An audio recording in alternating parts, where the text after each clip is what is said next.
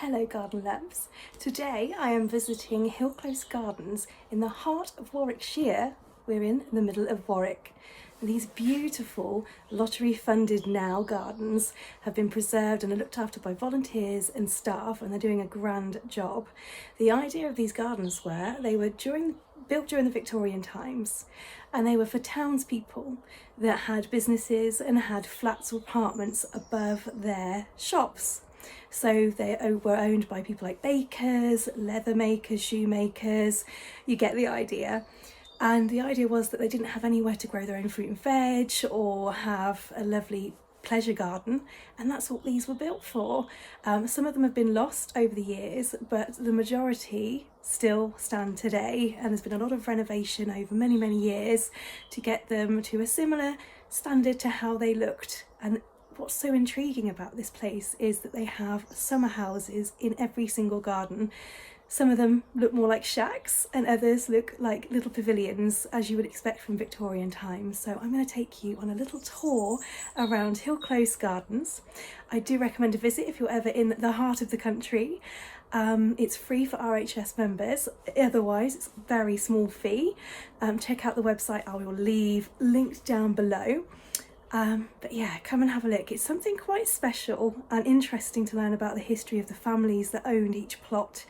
It's not just about one family, it's about a myriad of families, a history of families that all had something to do with each individual plot of land and having their own special stamp on it, which might have something to do with their business or completely different and opposite. So well worth a visit. I hope you enjoy, guys. Let me know down in the comments below if you visited or are going to visit after this video, and I hope you enjoy. I'm going to take you on a lovely trip down memory lane. Thank you guys, don't forget to subscribe and check out my other garden visit videos as well.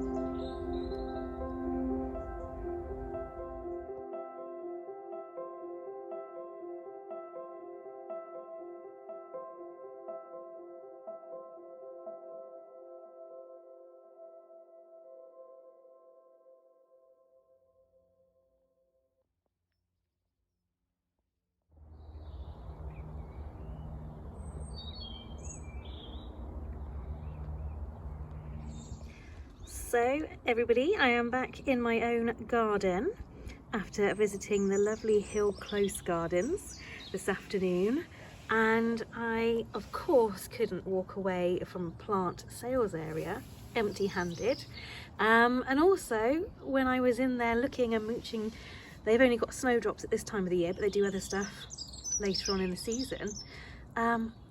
The head gardener popped up to me and said the snowdrops are on 50% off, so even better.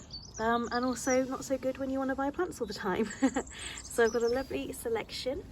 I've got a Galanthus Rod Marton, which is a nice big double variety, an open double variety with a big green U shape on the inner petal, looking lovely. I've got Galanthus Lady Beatrix Stanley, which is a proper clustered double, I like to call them, but with some lovely green detailing on each petal and sepal.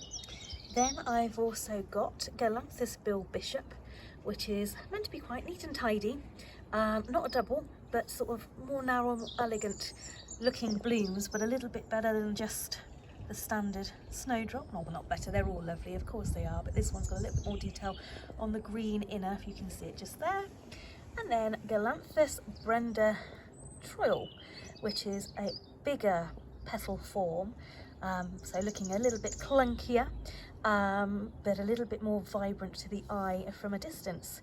So I'm really happy because snowdrops really grow quite well in our local area. When we walk the dog, they're everywhere in hedgerows, other people's gardens. We have none in our garden, and I'm going to give it a go because spring garden seems to do really well here. I mean, there's the Chinodoxera that I planted back last year, which I put in a vlog last year, and I separated it into one plant out, well, one pot full into 3 plants, and it's thickened out even thicker than it was in the pot that I bought it in. And then we have, you know, other things like the daffs do fairly well, and I haven't planted daffs previously. There are some that I put in a couple of weeks ago really late, but these sort of started off as 1 or 2 and then they've spread themselves. Alliums do really well. I think I showed you in the last vlog, we've got the alliums from last year, but also seedlings from the alliums last year. Crocus, my tulips are coming up. So bulbs tend to like it, which is amazing. So why not give snowdrops a go? And I thought, well, rather than just going for the lovely standard variety, I'm going to go for a few different ones as well. So they won't flower now, they're done flowering, and they're quite small, so they'll take a few years to get going. But as long as they're happy, hopefully we'll see them next year in January or end of December, even depending on the weather, and they'll be lovely to enjoy. I'm going to keep the labels and pop them in just so we try and remember what we've bought. I'll take photos as well, because you never know in this garden. All of the many pests like to dig everything out, including labels, so I wish we'll be keeping a note of that. And yeah, fingers crossed. But the best time to buy snowdrops, if you are planning on planting them, you haven't done it before, is now. Buying them in the green. Most places are on sale, so that's a lucky win for most places. But yeah, buy them in the green, which basically means they're potted or they come bare root but with their leaves still on. The success rate is much higher for a bulb planted in the green, but particularly snowdrops, they tend to do much better if they've already sort of grown, got the root on, got the green of the leaf on, because you're putting them in the garden and the green of the leaf is photosynthesizing, getting the energy into the bulb in your garden, in your soil. It's climatizing, getting it ready for next spring basically. So yeah, the best time to buy and to plant snowdrops is now whilst they're in the green. So even if you're buying them out of flower, they are a perennial bulb which will come back year on year, as long as they're happy in your garden, of course, and squirrels don't dig them up. But yeah, they are the best way to buy, so that's what I've done. And like I said, I luckily got 50% off when I went to Hill Close Gardens the other day, so how exciting is that? I'm gonna get on and plant these and just say thank you very much for watching my garden visit vlog today. Do make sure you check out my other videos on other gardens I've visited and also other garden vlogs. So I do little vlogs that are quite sort of quick, very, what's the word, raw, so you can see what I'm doing in my own garden. And I also do lovely garden tours where I don't speak, but it's just all about the blooms and things that are looking good in my garden for the time of the year. And I've got a few DIY videos, so do go and check those out and make sure you subscribe so you can keep up to date with any new videos that I post. If you got to the end, comment down below Snowdrop. I'd love to see if you managed to last through the whole of this video. It wasn't too long this time. And also just let me know if you enjoyed it and if you're planning a visit to come to Hill Close Gardens anytime soon, or if you've got a very similar setup near where you live. I'd be interested to know about that and go and have a look so I can compare. Thank you so much for watching again, guys, and I will see you next time. Happy gardening.